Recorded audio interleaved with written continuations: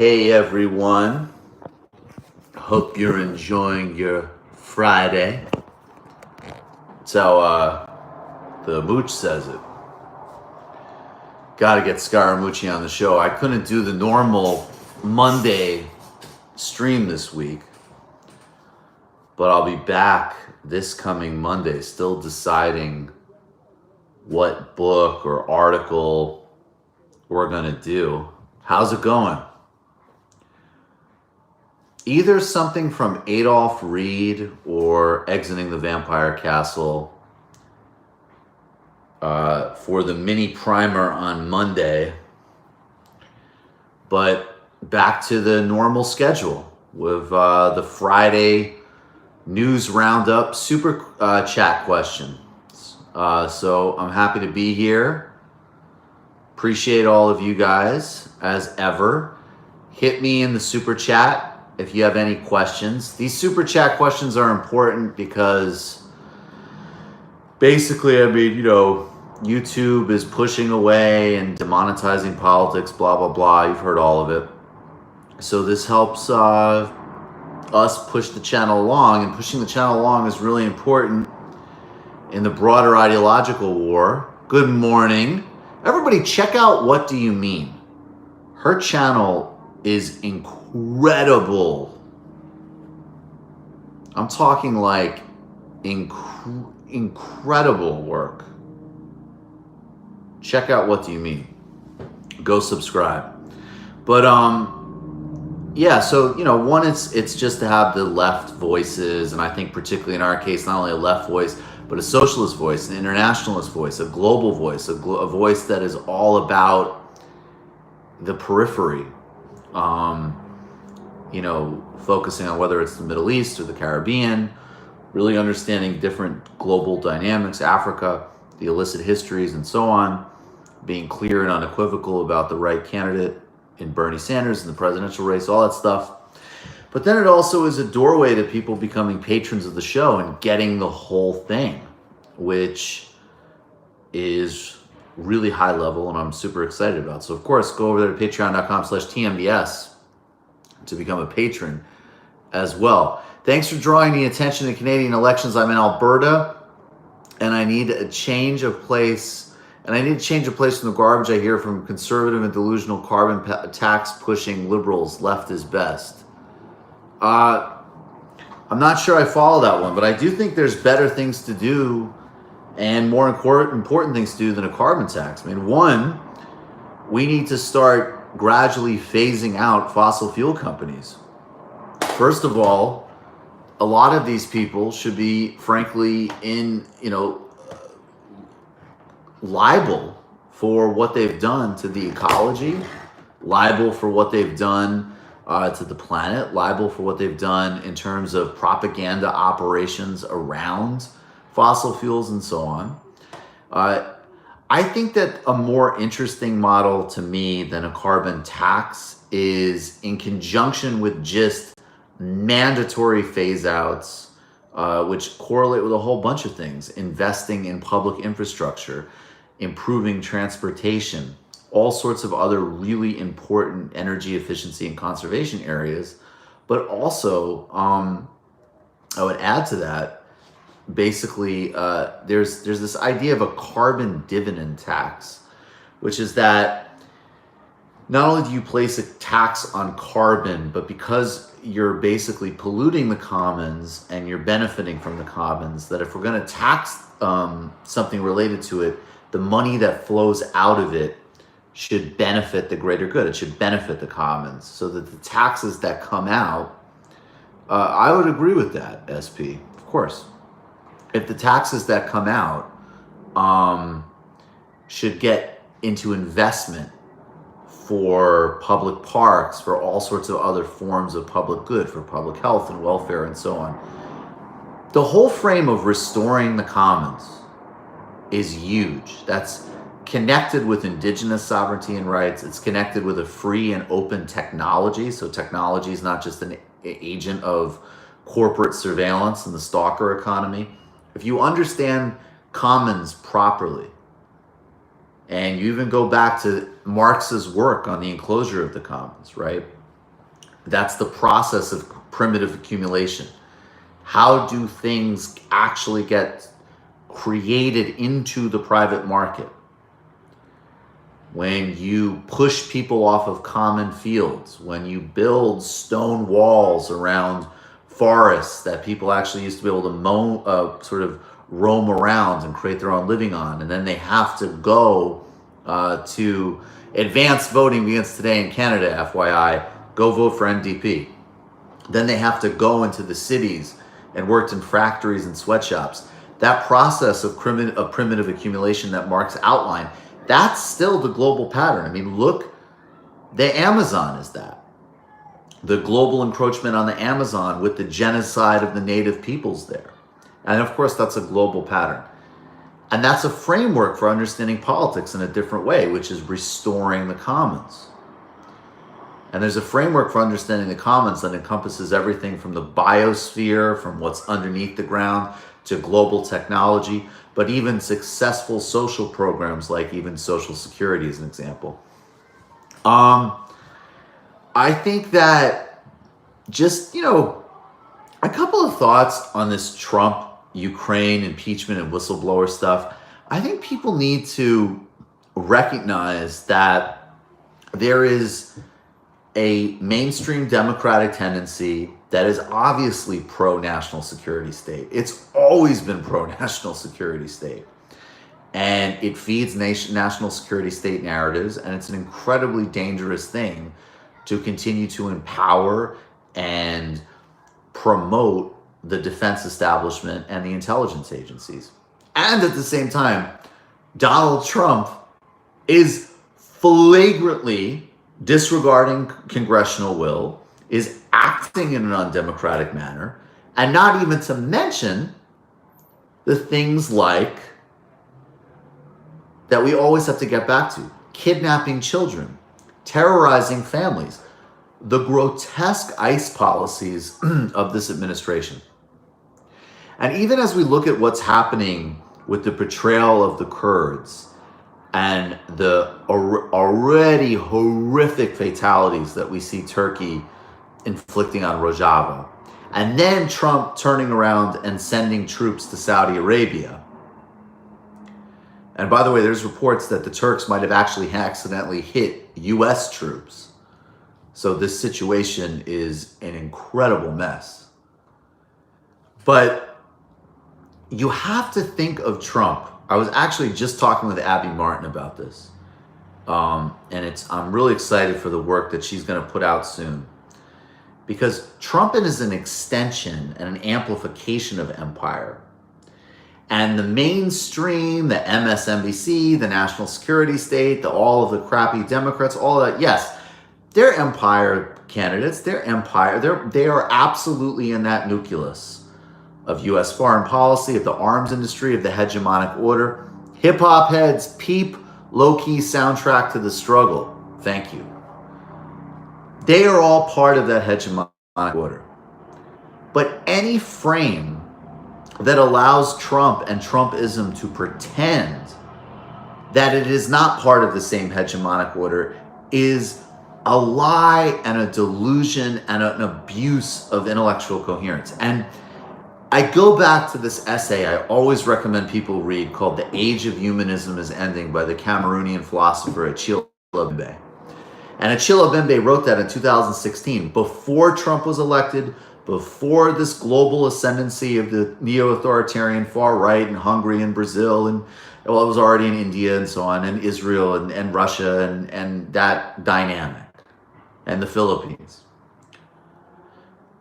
And this was already happening. I mean, the violence against migrants, the policing of people at the borders, the sucking up of every element of life by capital and late-stage capitalism was already, of course, the rule of the day in, the Bush era, the Obama era, the Blair era, the Cameron era, right? No doubt.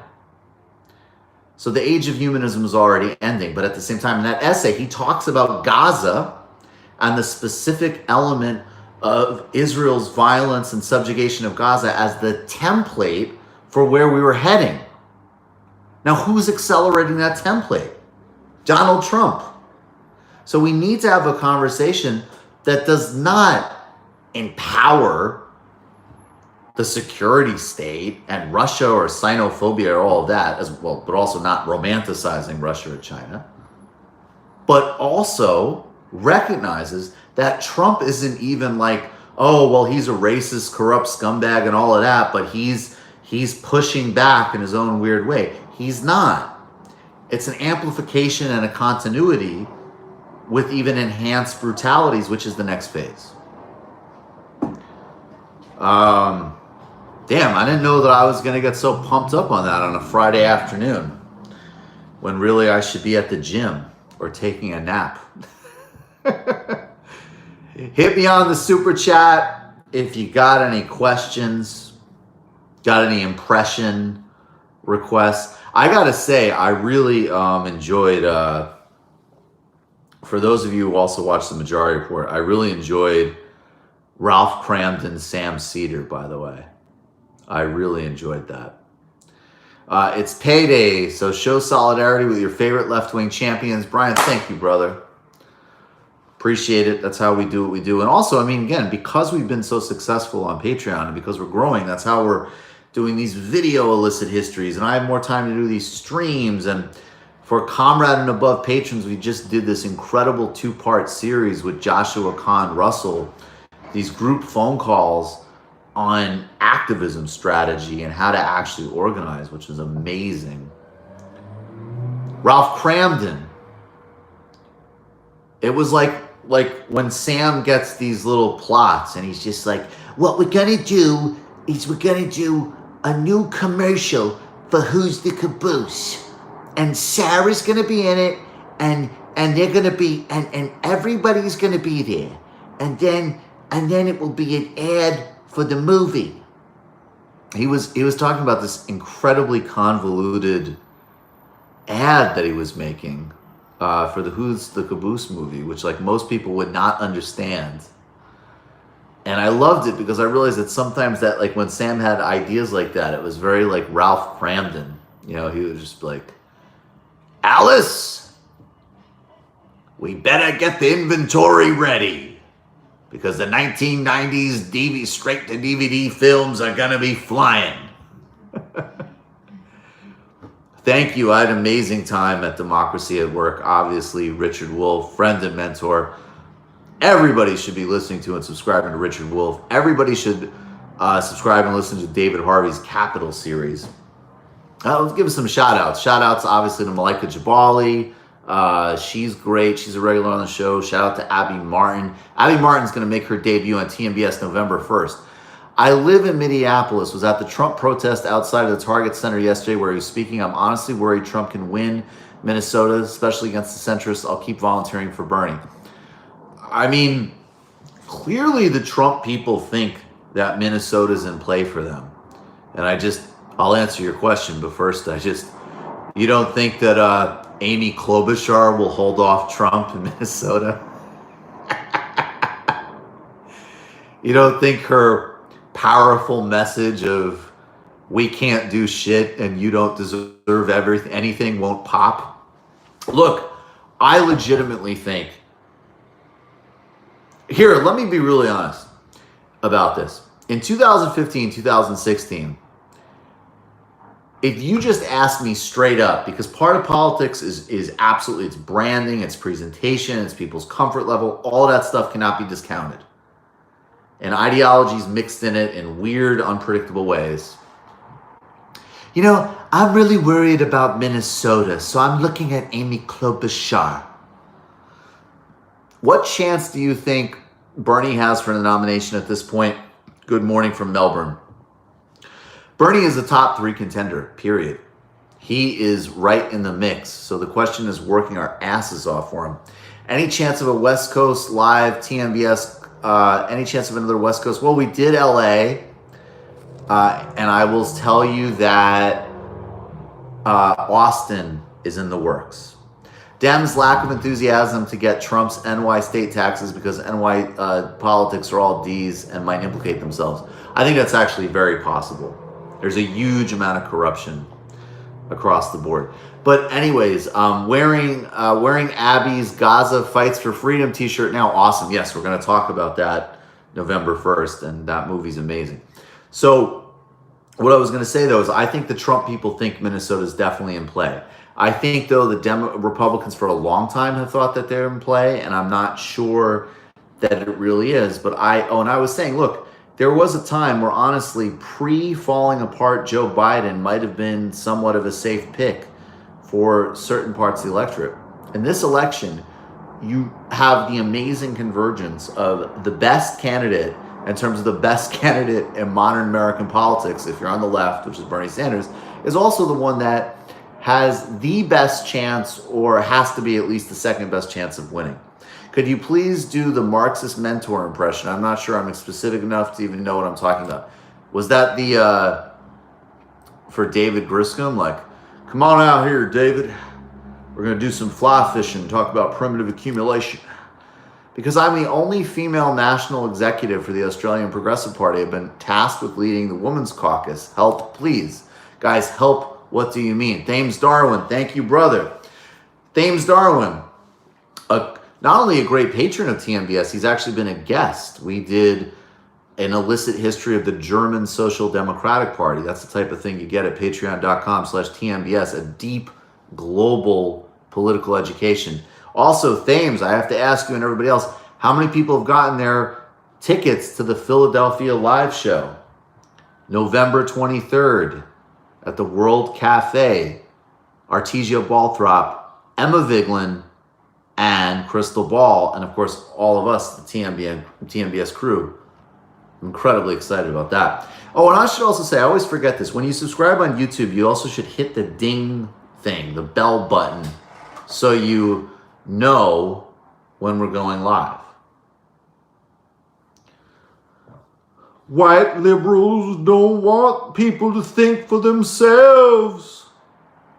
I do love right-wing MLK. Right-wing MLK is low-key one of my favorite characters. I really do want to do more Chris Matthews, though. Like, to the point of, like, I never watched cable news. Tossing him some cash so you can hop in Bernie's crappy Chevy Cruze and head down to Austin on a buddy road trip. That sounds great. I would love to do that. Definitely hoping to be in Austin soon. I love the I don't know why, there's something about the, like, that cadence of, like, why is the left always offended? Maybe because they hate comedy. I was just on Brett Weinstein. Thank you, Lost State Records. I was just on Brett Weinstein's show, and we were talking about feedback loops. And the interesting thing is that he's a Democrat, but he has a lot of the same concerns that I do.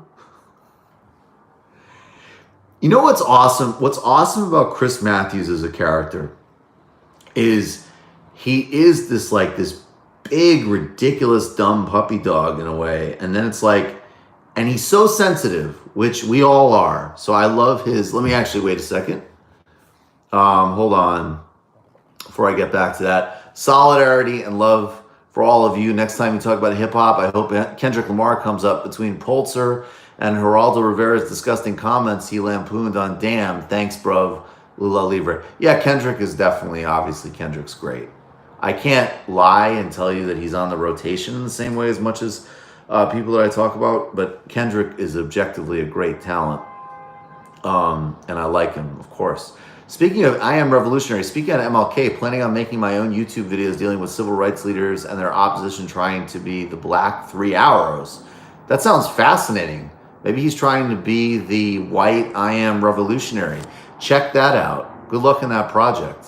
Keep us posted. Nation of Islam Obama is unbeatable. No, Nation of Islam Obama is powerful. But the thing I love about Chris Matthews, though, is that he's so sensitive, like we all are, but we don't admit. Michael, can you have to do an Australian accent? Hello there, mate. Crocodile Dundee. It's bad. I got to work on the Australian one. I don't know why that one's so hard. But the thing with Matthews is he's like, is he'll be like on with Mika or something, and he's just like, you know, this reminds me of okay, I'll do this real quick. I'll get back to the Jimmy Dore thing, Mohammed Pope. He goes, this reminds me of how Bobby Kennedy, I always ask myself, and he could talk about like anything. Like, I almost feel like he could almost even be like, you look at Muammar Gaddafi, and you got to ask yourself, he's got his family around him, but does he have a Bobby Kennedy? Does he have somebody that he could say, you're going to Misrata? Everybody people want to love me. I need to have them loved. I've got my female bodyguards, but someone like you needs to go to Misrata, needs to go elsewhere, needs to go out to the north. Jake Tapper, get your tickets, arrive early, get seats at the Philadelphia show. It's going to be great. And don't expect a chill vibe with the Brooklyn crowd for looking for a seat. So Chris Matthews will do that. And then someone like Mika, like if they're not following it, they'll be like, yeah, I'm not sure about that, Chris, or something, or they'll change topic. And then he'll say, and then he goes, and he's just like, fine, I won't talk about Bobby Kennedy. It's like this big golden retriever, like, fine, I won't talk about the Kennedy brothers. I'm Canadian and I love your Canadian election coverage. Appreciate it. Well, thank you. And there has been some griping in the past about not enough Canada coverage, but I believe we're coming through. We're actually next Wednesday live stream, Andre Demois coming on. And we're going to be talking about an interview he has coming up with a major political leader in Canada and some other stuff as well. The Jimmy Dore, like, yeah, well, maybe if you weren't a fucking sellout, you'd support Tulsi fucking Gabbard.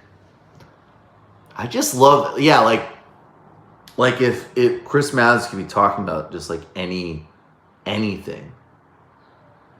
It's like, I mean, I know what Modi's doing in Kashmir is wrong, but the part of this stuff, Tip O'Neill used to talk about information. How does it get to you? And you look at a guy like Narendra Modi, and there's a party, it's very admirable, but I can't picture him being passed out in a urinal like Tip O'Neill. I remember when Tip O'Neill was passed out, he was drunk in the House locker room, and we were slapping his face, and he had cakes of vomit on his tie. And I remember, this is how we're going to get a deal with Reagan.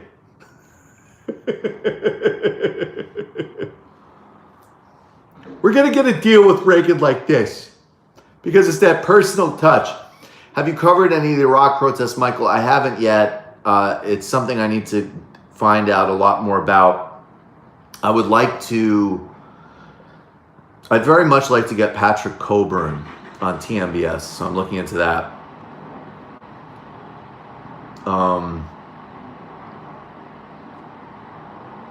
What I need on TMBS is I need a Bobby Kennedy.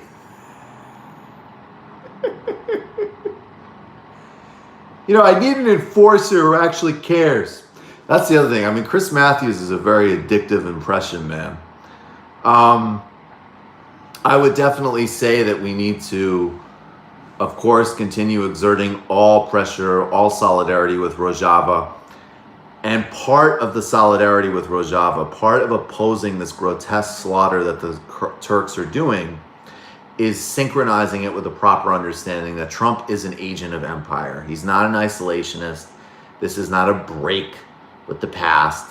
This is a grotesque manifestation and an amplification of what the U.S. hegemonic order already is, with all of the plunder that it results in, all of the primitive accumulation that it results in, going back to the beginning conversation about Marx and the Commons. I love how if somebody only watched the first 5 minutes of this stream, and they would have gotten some good information.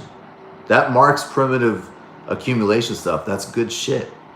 And then they would have totally missed just the endless repetition of the Chris Matthews voice. Don't you need a Bobby Kennedy? Guys, any more questions? Any more requests? We got a few minutes left before we wrap up. Thanks everybody who hit in the super chat. Thank you for everybody who's going to Philly. I'm excited to see all of you. Those tickets are going fast. And also, you know, as I say, first and foremost, patreon.com/TMBS. Please do a Rachel Maddow and parliamentary rule. Rochelle Madcow? I don't know who that is. You mean Rachel Matt? I don't know who that is. You mean, if it's Rachel Maddow, Russia. My interest in politics began years ago through Bill Maher. Now I've landed on your awesome show. You should take over for him. He's trash. I totally should get Bill Maher's show. Like 1,000% HBO should give me Bill Maher's show. That's a no-brainer. Are you ever coming to Boston? Yes, got to come to Boston someday, no doubt. Although I would say if you're in Boston, come to Philly, man. I would love to come to Denmark. We are looking into a Europe show. Come on, Michael, up your game. My last video was on the Iraq protests. Oh, and thank you for the shout out. Big love. I am totally up for doing more on the Iraq protests. I just want to be very clear about the dynamics that are happening there, and I'm still looking into it. Will fellow worker Gritty be attending the Philly live show? He's there in spirit, no doubt. What's your biggest problem with Jimmy Dore? Do you think he's a reactionary? I think in some areas, Jimmy's definitely a reactionary. I appreciate that. I like, as an example, that Jimmy has interviewed Richard Wolff. I like that he will talk about certain things like U.S. intervention in Venezuela. I think that he approaches politics in a moralistic and not strategic way, which I don't like, period. I don't like this about the resistance. I don't like this about woke scolds. I don't like this about utopianists. And I don't like this about, you know, Green Party stuff. You know, you have to have clear, forceful values, but you also have to be serious about power and also extremely mindful of the implications. You know, look, I'm sorry, I loathe Hillary Clinton. I will put, good intro left economics books for people, little background, except Mark's been reading Grace Blakely, but find some aspects difficult. I would read the Richard Wolff Marx book, and I will find it and show it on the next live stream. But that really is brilliant. Richard Wolff does an amazing job of making that stuff accessible. I think Grace Blakely is great, though. I'm hoping to get her on the show. So, you know, I'll match Hillary Clinton is absolute trash. And I'm not, you know, no, I wasn't going to be cool with Trump being president. Look, I know people personally who are dreamers. I'm not taking a risk on their behalf. But I think that there's just some fundamental things that we look about differently. You know, it is what it is. So any other questions, any other requests on the super chat? I mean, look, it's not like deeply bad blood or anything. And also, and then of course, all the Brazil Lava Jato stuff. That was not good. And I don't understand how anybody on the left who talks about foreign policy can be cool with Gabbard's relationship with Modi. I mean, look up the Gujarat. It's horrifying. I've a lot of thoughts on the Haitian front. Look up the recent illicit history of Haiti video. And we will be doing a lot more. The next opinions on the current, I've done 2 videos in Ecuador. The bottom line is I profoundly support the protests. They're incredibly important. Obviously, Rafael Correa, you really have to wonder too, like why he would pass the baton to somebody as disastrous as this guy. What do you think of Adnan Giadartis? He's a class enemy. Is the internet or how useful is he to our movement? Well, look, I don't generally view things in such black or white terms. I think that Anand has definitely done some valuable work. And I appreciate that he's able to be at certain forums. Who would be Bernie's VP or Warren's VP? Honestly, that's just too early. I mean, I think I would like Nina Turner, but that's just personal preference. I think, in the really strategic set of options, it would be crazy to be not looking at Andrew Gillum and Stacey Abrams. Those are the two most obvious names that come to mind. So, but on the other hand, I think that Anand Giadartis, I think his coverage of Bernie Sanders has been extremely disappointing. And I think that he falls into, at times, a bit more of a kind of trendy and moralistic and not systems discourse. I think the bottom line is that, yes, it might be more trendy now to talk about things like structural income inequality, but talking about it and then the range at which you're willing to put actual solutions on the table. I'm not talking about, this sort of kind of statements about people need to lose power in the boardroom or this type of thing. I don't care. That's actually totally secondary to fundamental structural shifts in how we do power and how we distribute resources in this country, which I know he understands in some ways, but I just don't think, frankly, he's, it just doesn't seem as left, frankly. And, the bottom line is that a Peterson using DMT impression. Wow, I feel really relaxed. I'll just simplify. I'll have more thoughts on Anand's. I don't think I'm articulating myself well. Anybody who self-identifies on the left, and certainly anybody who has made a mission of talking about inequality, that isn't a fervent and clear supporter of Bernie Sanders, they get nothing but side eye from me. So that's really my bottom line. In this context, there is a huge decision here. And it's an obvious decision if you're serious about those issues. You're not taking that decision, I don't know what the hell is going on with you. Thoughts on Warren walking back big money donors? Well, Warren's triangulating. Between the center left and, trying to brand as an actual left. That's clear across the board. Japan First Party is holding a hate demonstration on October 13th, and local Antifa are organizing a counter-protest. Solidarity. Wow, the global pattern on these things is fascinating. All right, guys. Anything else? And I just also want to say, even as I critique someone like Anand, and I have a serious critique. I think the coverage has been, I'm profoundly unimpressed. He's also done valuable work, and he also might do great work in the future, right?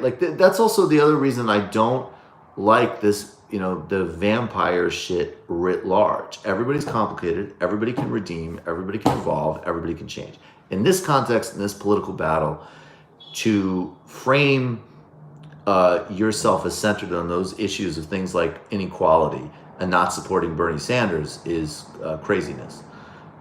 What happens if we're going up against Pence? Does that change anything fundamentally in favor of Bernie? The narrative of electability depends on Trump still being there. No, it doesn't change much. And in fact, I think Pence might well be a weaker general election candidate than Trump. I think, again, besides a group of sort of, resistance types who will just be excited to have normalcy, I think Mike Pence was a very unpopular governor of Indiana. He's an extremist far-right, extreme far-right ideologue, systemic and deep bigot, and even just a personal sense towards the LGBTQ community, an ultra-extreme far-right corporatist who doesn't even understand how to feign the populist moves of Donald Trump. There might be some normality in his game, but he's actually I think it'd be pretty easy to pick apart. I think Mike Pence potentially could be well easier to run against than Donald Trump. Donald Trump does have obviously a certain charisma and knows how to appeal to certain things outside of his echo chamber. All right, folks, we're going to get one more so we can get over $200 in the super chat. Let's do it. Kennedy, where were you the whole time? Trump has no charisma? That's crazy. I don't think you're being objective there, buddy. It's a bizarre charisma. It's a repulsive charisma, but he definitely has charisma. It's very important to have objectivity in your ability to analyze the people you're up against. Patreon.com/TMBS. Patreon.com/TMBS. Become a patron. Get the whole thing. Get to the Philadelphia live show. Go to World Cafe. Buy your tickets. I love you back.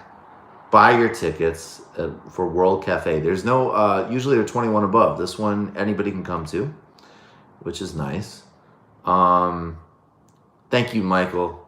Sir Michael Silver, I really appreciate it. Anyone else have any last questions? I appreciate all of you. Hit the bell button so you don't miss these additional live streams. There's the main show, obviously, on Tuesday. Although next week it's going to be Wednesday because there's a debate on Tuesday. Ryan Grimm is going to be in studio. I'm excited about that. And then the Monday primer, the next primer will either be on Adolph Reed's Class Notes or on Mark Fisher's Exiting the Vampire Castle.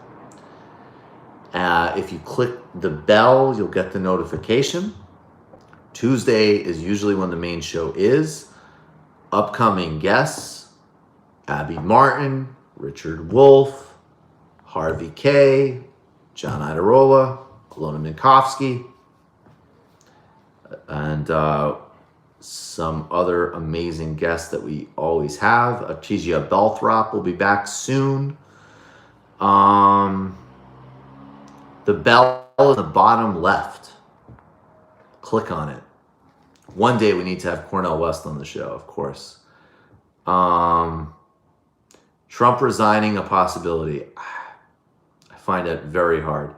We just had Anna on. Anna's a regular, and obviously Anna's incredible. I watch and listen to everything I can that Anna does. Anna is excellent. All props to Anna Kasparian. All right, guys, and all props to Abby Martin. All right, guys, Cornel West is absolutely the GOAT. Everybody, politically, analytically, economically, spiritually, Cornel West, Cornel West, Cornel West. No one more important in the game than Cornel West. I love all of you. If you can, go become a patron. Patreon.com/TMBS. Patreon.com/TMBS. That is how everything happens. Spread the word. Appreciate all of you guys. Thank you.